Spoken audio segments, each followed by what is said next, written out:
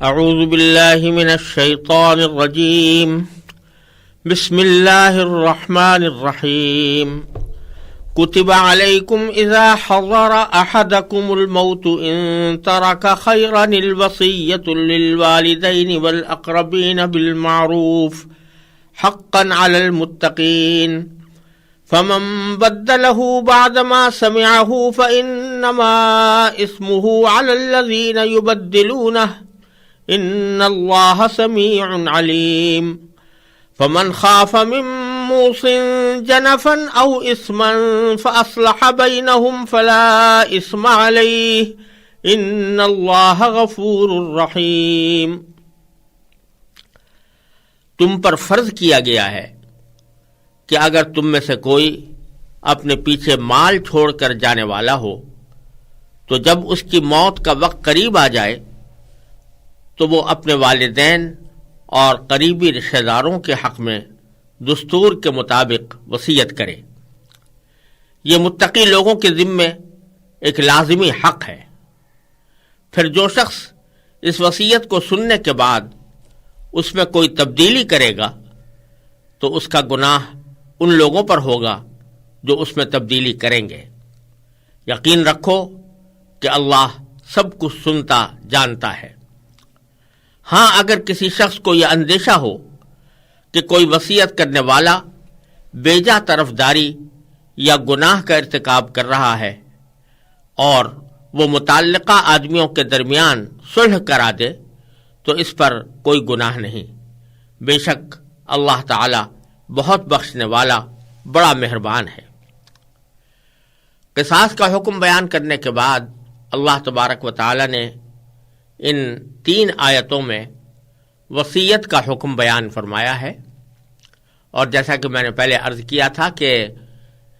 انسان کی زندگی میں 2 چیزیں خاص طور پر حرمت رکھتی ہیں،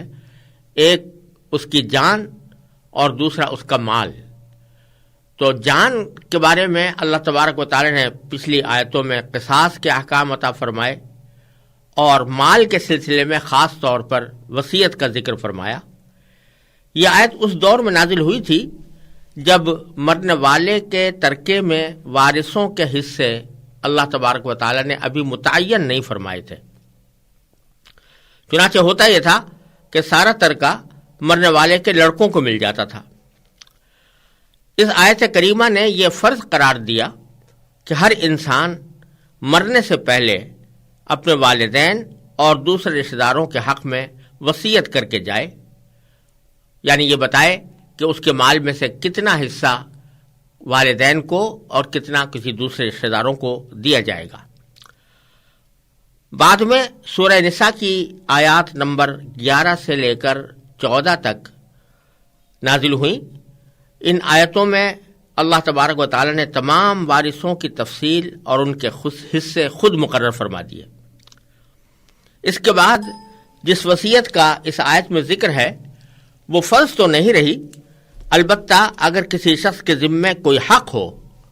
مثلا کسی کا قرض اس کے ذمے واجب ہے یا کسی کے کچھ پیسے دینے ہیں، تو اس کی وصیت کرنا اب بھی فرض ہے۔ اس کے علاوہ جو لوگ شرعی اعتبار سے وارث نہیں ہیں، یعنی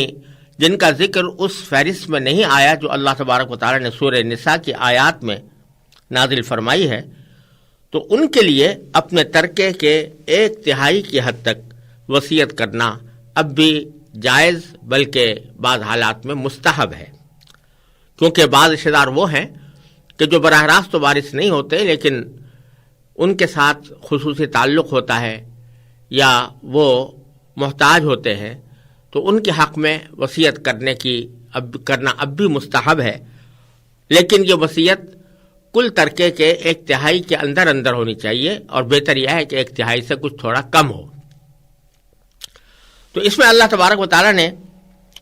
پہلے یہ فرمایا کہ کتب علیکم، تمہارے اوپر فرض کیا گیا ہے۔ کیا فرض کیا گیا؟ کب فرض کیا گیا؟ اذا حضر احدکم الموت، جب تم میں سے کسی کی موت کا وقت قریب آ جائے۔ اور کیا فرض کیا گیا ہے؟ وہ یہ کہ الوصیہ، وصیت کرنا فرض کیا گیا ہے، لیکن ساتھ ہی فرمایا ان ترک خیرن، اگر اس نے کوئی مال چھوڑا ہو اور وہ چھوڑ کر جا رہا ہو تو وصیت کرنا اس کے ذمہ فرض ہے، والدین کے لیے، للوالدین والاقربین، اور اقربین یعنی قریبی رشتہ داروں کے لیے، بالمعروف دستور کے مطابق، یعنی جو عام طور سے دستور جاری رہا ہو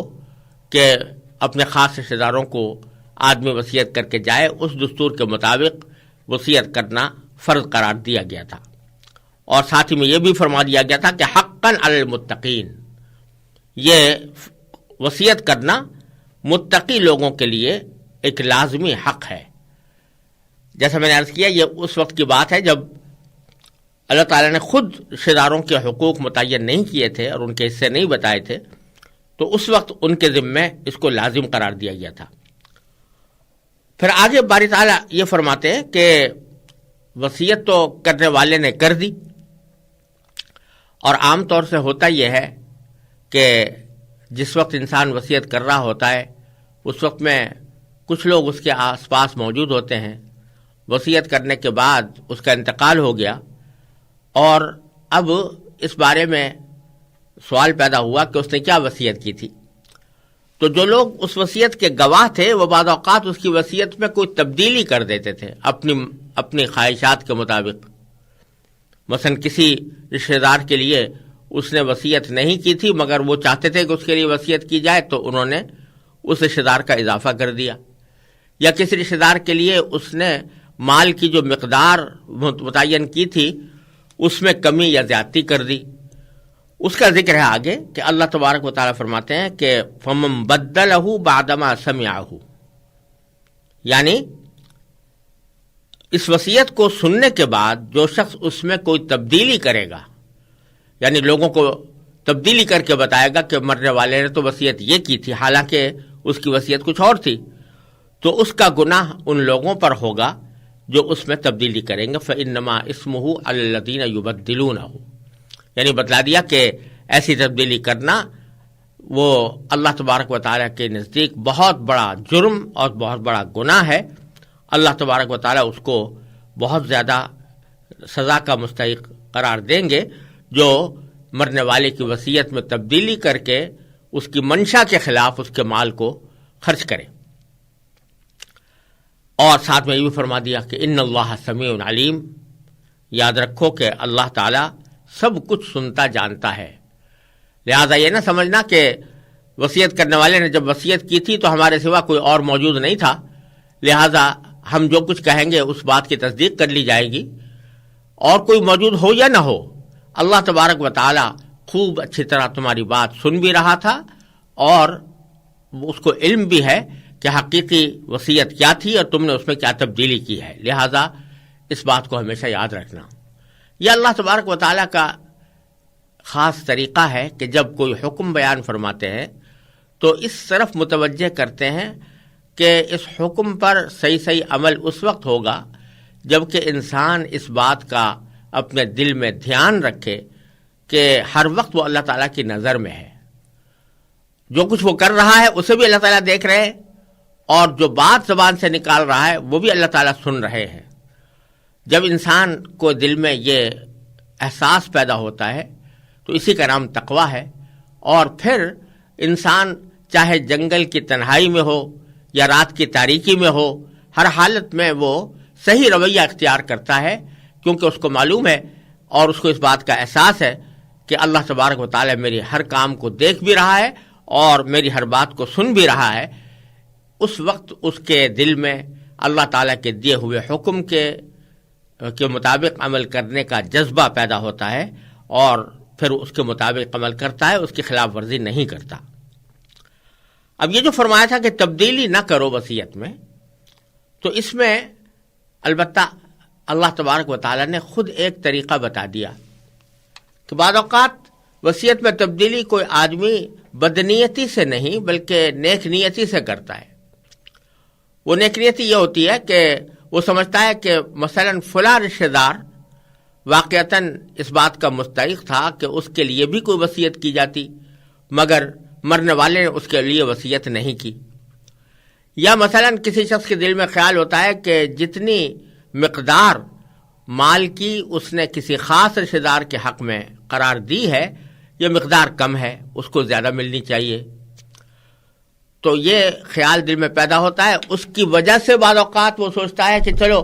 جانے والا تو چلا گیا، لیکن میں اب اس وصیت کو اس طرح کر دوں کہ جو صحیح طریقے کے مطابق ہو جائے اور حقدار کو اس کا حق مل جائے. تو یہاں وہ جو وصیت میں تبدیلی کرنا چاہ رہا ہے وہ بدنیتی کی وجہ سے نہیں بلکہ نیک نیتی سے اور کسی شخص کی خیرخواہی کی وجہ سے ایسا کرتا ہے. تو اللہ تعالیٰ فرماتے ہیں کہ اگر تمہیں یہ خیرخواہی کرنی ہے تو وہ خیرخواہی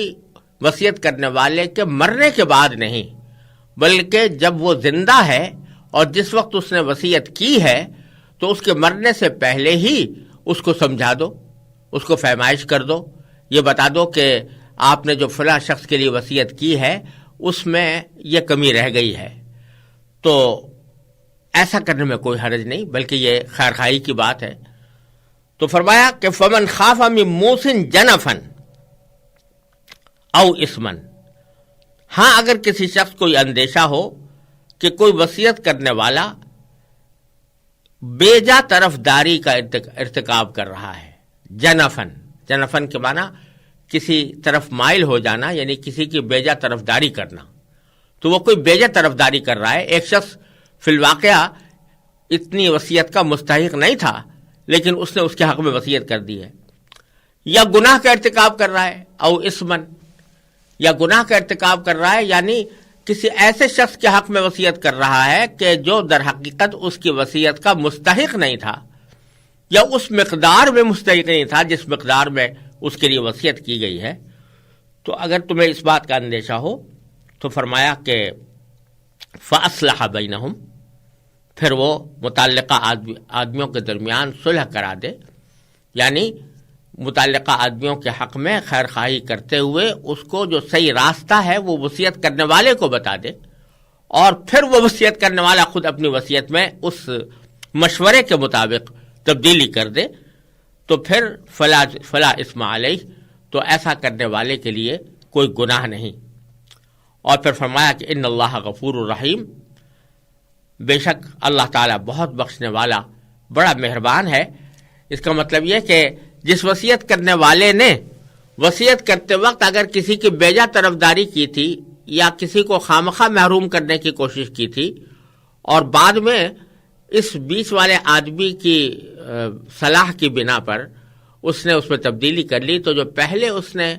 ایک طرفداری کا ارتکاب کیا تھا یا گناہ کا ارتکاب کیا تھا اس کو اللہ تعالیٰ معاف فرما دے گا، کیونکہ اللہ تعالیٰ غفور ہے یعنی بہت بخشنے والا ہے، اور رحیم ہے یعنی بڑا مہربان ہے.